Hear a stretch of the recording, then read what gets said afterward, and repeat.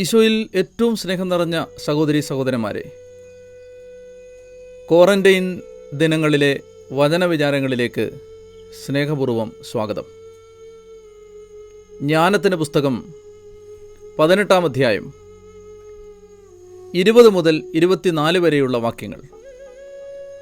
മരുഭൂമിയിൽ വച്ച് ജനത്തിൻ്റെ മേൽ മഹാമാരി പടർന്നു പിടിച്ചു. എന്നാൽ ക്രോധം നീണ്ടു നിന്നില്ല.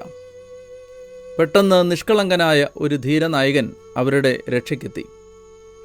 തൻ്റെ ശുശ്രൂഷയുടെ പരിചയമായ പ്രാർത്ഥനയും പാപപരിഹാരത്തിൻ്റെ ധൂപാർച്ചനയും കയ്യിലെടുത്ത് അങ്ങയുടെ കോപം ശമിപ്പിക്കുകയും വിനാശത്തിന് അറുതി വരുത്തുകയും ചെയ്ത് താൻ അങ്ങയുടെ ദാസനെന്ന് തെളിയിച്ചു. അവൻ ക്രോധത്തെ ശമിപ്പിച്ചത് ആയുധ ശക്തിയാലോ കായബലത്താലോ അല്ല, ഞങ്ങളുടെ പിതാക്കന്മാർക്ക് നൽകിയ വാഗ്ദാനവും ഉടമ്പടിയും അനുസ്മരിപ്പിച്ച് തൻ്റെ വചനത്താൽ അവൻ ശിക്ഷകനെ ശാന്തനാക്കി. മൃതദേഹങ്ങൾ ഒന്നിനുമേൽ ഒന്നായി കുന്നുകൂടിയപ്പോൾ അവൻ ഇടപെട്ട് ക്രോധത്തെ ജീവിക്കുന്നവരിലേക്ക് കടക്കാതെ തടഞ്ഞു. അവൻ അണിഞ്ഞിരുന്ന മേലങ്കിയിൽ ലോകത്തെ മുഴുവൻ ചിത്രണം ചെയ്തിരുന്നു. 4 രത്നനിരകളിലും പിതാക്കന്മാരുടെ മഹിമകളും കിരീടത്തിൽ അങ്ങയുടെ മഹത്വവും ആലേഖനം ചെയ്തിരുന്നു. മഹാമാരി ജനത്തിനിടയിലേക്ക് പടർന്നു പിടിക്കുമ്പോൾ മഹാപുരോഹിതനായ അഹറോൻ ജനത്തിനിടയിലേക്ക് കടന്നു ചെന്ന് വചനത്താലും പ്രാർത്ഥനയാലും പാപപരിഹാരത്തിൻ്റെ ധൂപാർച്ചനയാലും മഹാമാരിയെ പിടിച്ചു നിർത്തുന്ന സന്ദർഭമാണ് ജ്ഞാനത്തിൻ്റെ പുസ്തകം വരുംകാല തലമുറകളെ ഓർമ്മിപ്പിക്കുന്നത്.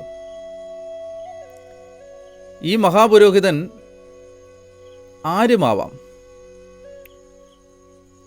പടർന്നു പിടിക്കുന്ന മഹാമാരിയെ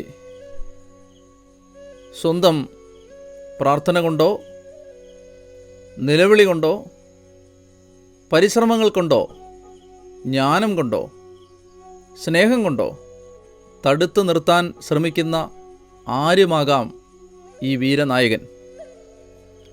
നിഷ്കളങ്കനായ ഒരു ധീരനായകൻ തൻ്റെ ശുശ്രൂഷയുടെ പരിചയമായ പ്രാർത്ഥനയും പാപപരിഹാരത്തിൻ്റെ ധൂപാർച്ചനയും കയ്യിലെടുത്ത് വചനം അനുസ്മരിപ്പിച്ച് മഹാമാരിയെ പിടിച്ച് നിർത്തി.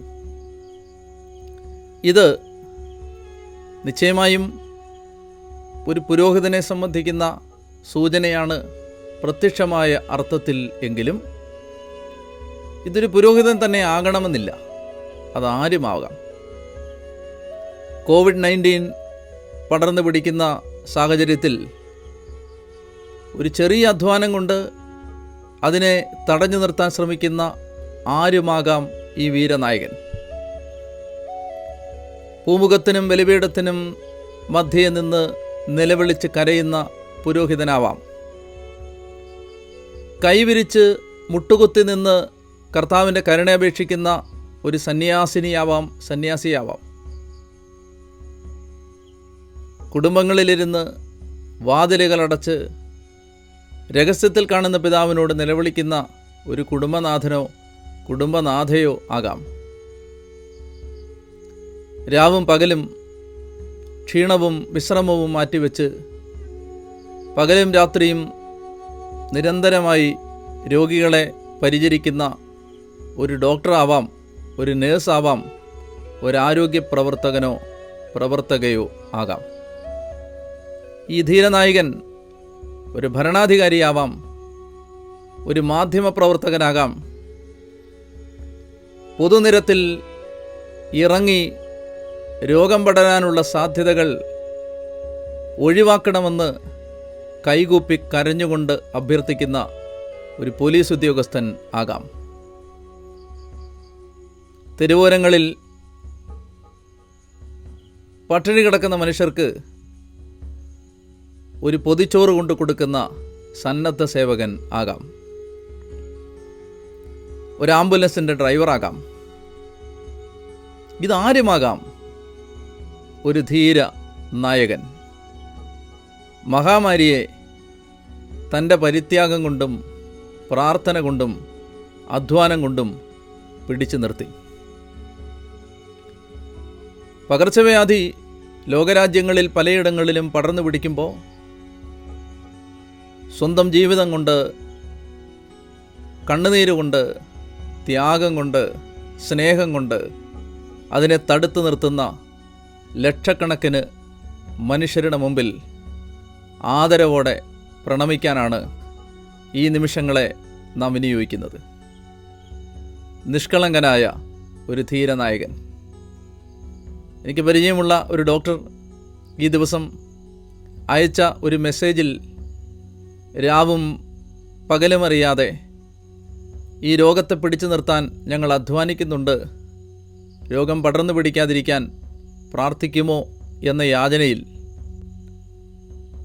ഈ ധീരനായകൻ്റെ ചിത്രം തെളിഞ്ഞു വരുന്നുണ്ട്.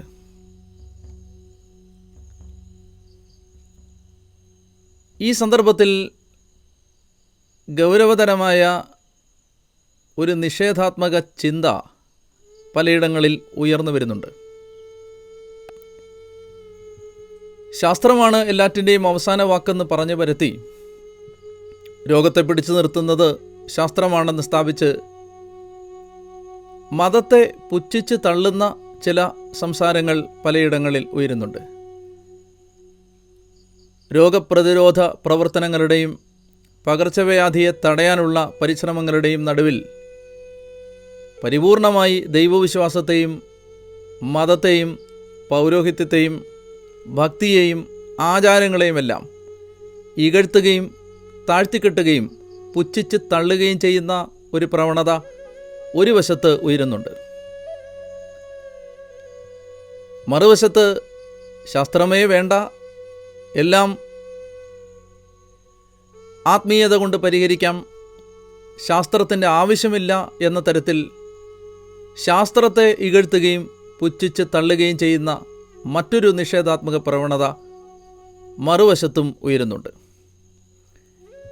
ഇവിടെ ദൈവത്തിൽ നിന്ന് നാം സ്വീകരിക്കേണ്ട ചിന്ത എന്താണ്? യാക്കോബ് ശ്ലീഹായുടെ ലേഖനം 1-ാം അധ്യായം 17-ാം തിരുവചനം, ഉത്തമവും പൂർണ്ണവുമായ എല്ലാ ദാനങ്ങളും ഉന്നതത്തിൽ നിന്ന് മാറ്റമോ മാറ്റത്തിൻ്റെ നിഴലോ ഇല്ലാത്ത പ്രകാശങ്ങളുടെ പിതാവിൽ നിന്ന് വരുന്നു. എല്ലാ നല്ല ദാനങ്ങളും വരുന്നത് ദൈവത്തിൽ നിന്നാണ്. അത് മതത്തിലൂടെയാവാം, ശാസ്ത്രത്തിലൂടെയുമാവാം. അത് ആത്മീയ പരിസരങ്ങളിൽ നിന്നുമാവാം, ഒരു അനാത്മീയ പരിസരത്തിൽ നിന്നുമാകാം. എവിടെയെല്ലാം നന്മ ഉറവ പൊട്ടുന്നുണ്ടോ അതെല്ലാം വരുന്നത് മാറ്റമോ മാറ്റത്തിൻ്റെ നിഴലോ ഇല്ലാത്ത ദൈവത്തിൽ നിന്നാണ്. ഉത്തമവും പൂർണ്ണവുമായ എല്ലാ ദാനങ്ങളും വരുന്നത് ദൈവത്തിൽ നിന്നാണ്. അതുകൊണ്ട് നന്മ വരുന്നത് എവിടെ നിന്നാണെങ്കിലും അതിനെ സ്വീകരിക്കാനുള്ള ഒരു സന്നദ്ധത ശാസ്ത്രവിശ്വാസികൾക്കും ആത്മീയർക്കും ഒരുപോലെ ഉണ്ടാകേണ്ടതാണ് എന്നതാണ് എൻ്റെ വിചാരം. മതത്തെ പൂർണ്ണമായി പുച്ഛിച്ച് തള്ളുകയും ശാസ്ത്രത്തെ മാത്രം ഉയർത്തിക്കാണിക്കുകയും ചെയ്യുന്ന ചിലരുടെ അറിവിന് വേണ്ടി ചില പേരുകൾ ഞാൻ പറയാൻ ആഗ്രഹിക്കുകയാണ്. Robert Boyle, Antoine Lavoisier, Michael Faraday, James Maxwell, Gregory Mendel, Arthur Compton, Ronald Fisher, Isaac Newton, Francis Collins, Florence Nightingale, Blaise Pascal, Charles Babbage, Samuel Morse, Louis Pasteur, Francis Bacon, ഇതെല്ലാം ശാസ്ത്രം പരിചയിച്ച വ്യക്തികൾക്ക് പരിചയമുള്ള പേരുകളാണ്. ഈ വ്യക്തികളെല്ലാം തന്നെ ശാസ്ത്രത്തിൻ്റെ വിവിധ ശാഖകളിൽ ചരിത്രത്തിന് മറക്കാനാവാത്ത സംഭാവനകൾ നൽകി കടന്നുപോയ ശാസ്ത്ര പ്രതിഭകളാണ്. ഇവരെല്ലാവരും തന്നെ കടുത്ത ദൈവവിശ്വാസികളും ബൈബിളിനെയും ദൈവവചനത്തെയും ആഴമായി സ്നേഹിച്ച് അതിൻ്റെ ആത്മീയ സത്യത്തെ ഉള്ളിൽ ഏറ്റുവാങ്ങിയവരും ആയിരുന്നു. ജനറ്റിക്കൽ സയൻസിൻ്റെ പിതാവെന്നറിയപ്പെടുന്ന ഗ്രിഗറി മെൻഡൽ ഒരു കത്തോലിക്ക പുരോഹിതനായിരുന്നു, സന്യാസിയായിരുന്നു. എന്നെ കേൾക്കുന്ന പ്രിയപ്പെട്ട സഹോദരങ്ങളെ, ശാസ്ത്രം, ശാസ്ത്രീയ പുരോഗതി ദൈവവിശ്വാസത്തിന് എതിരല്ല. അത് ദൈവത്തിൽ നിന്ന് വരുന്ന നന്മകളിലൊന്നാണ്. ആത്മീയർ ശാസ്ത്ര നേട്ടങ്ങളെയും നിരാകരിക്കേണ്ടതില്ല. ആത്മീയർ ശാസ്ത്രത്തെ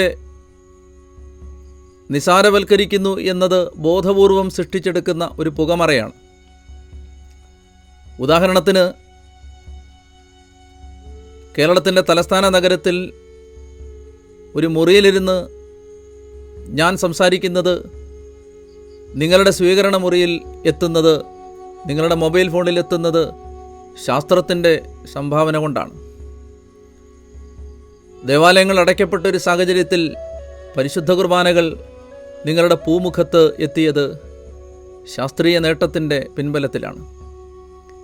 ഇൻ്റർനെറ്റും കമ്പ്യൂട്ടറും മൊബൈൽ ഫോണും ശാസ്ത്രം ഇന്ന് മാനവരാശിക്ക് നൽകിയ മഹാനേട്ടങ്ങളുടെ പട്ടികയിലെ മാറ്റി നിർത്താൻ പറ്റാത്ത സംഭാവനകളാണ്.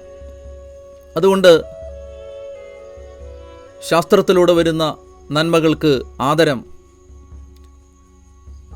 ആത്മീയ പരിസരങ്ങളിൽ നിന്ന് ലഭിക്കുന്ന നന്മകൾക്കും ആദരം. എല്ലാ നല്ല ദാനങ്ങളും വരുന്നത് മാറ്റമോ മാറ്റത്തിൻ്റെ നിഴലോ ഇല്ലാത്ത ദൈവത്തിൽ നിന്നാണ്. എല്ലാം ശാസ്ത്രത്തിൻ്റെ നേട്ടമാണെന്ന് കരുതി മതത്തെ പുച്ഛിക്കാനോ ശാസ്ത്രമേ ആവശ്യമില്ല എന്ന തരത്തിൽ ശാസ്ത്രത്തെ ഇകഴ്ത്തിക്കാണിക്കാനോ ഉള്ള സന്ദർഭമല്ല മഹാമാരികളുടെയും പകർച്ചവ്യാധികളുടെയും കാലം. മതവും ശാസ്ത്രവും തോളോട് തോൾ ചേർന്ന് ജീവന് വേണ്ടി പടവെട്ടുന്ന ലക്ഷക്കണക്കിന് മനുഷ്യരുടെ ജീവിതത്തിൽ പുതിയൊരു പ്രത്യാശയുടെ സൂര്യോദയം അവർക്ക് വെളിപ്പെടുത്തി കൊടുക്കാൻ പരിശ്രമിക്കുകയല്ലേ ചെയ്യേണ്ടത്? ലോകത്തിൻ്റെ നാനാഭാഗങ്ങളിൽ രക്ഷാപ്രവർത്തനത്തിലും ഏർപ്പെട്ടുകൊണ്ടിരിക്കുന്ന എല്ലാ ധീരനായകർക്കും രാവും പകലും വ്യത്യാസമില്ലാതെ ജോലി ചെയ്യുന്ന എല്ലാ ഡോക്ടേഴ്സിനും, എല്ലാ നഴ്സസിനും, ആരോഗ്യരക്ഷാപ്രവർത്തകർക്കും, സന്നദ്ധ സേവകർക്കും, ലോകത്തിൻ്റെ നാനാഭാഗങ്ങളിൽ വേദന അനുഭവിക്കുന്ന എല്ലാ മക്കളുടെയും സഹനവും പ്രാർത്ഥനയും ചേർത്ത് വെച്ച് ആദരവും പ്രാർത്ഥനകളും സ്നേഹവും ഏറ്റവും ആത്മാർത്ഥതയുള്ള വാക്കുകളിൽ ഞാൻ അറിയിക്കുകയാണ്. എല്ലാവരെയും ദൈവം അനുഗ്രഹിക്കട്ടെ. ചെറുതോ വലുതോ ആയ പരിശ്രമങ്ങളിലൂടെ നമുക്കൊരുമിച്ച് ഈ മഹാമാരിയെ നേരിടാം. ദൈവം നിങ്ങളെ അനുഗ്രഹിക്കട്ടെ.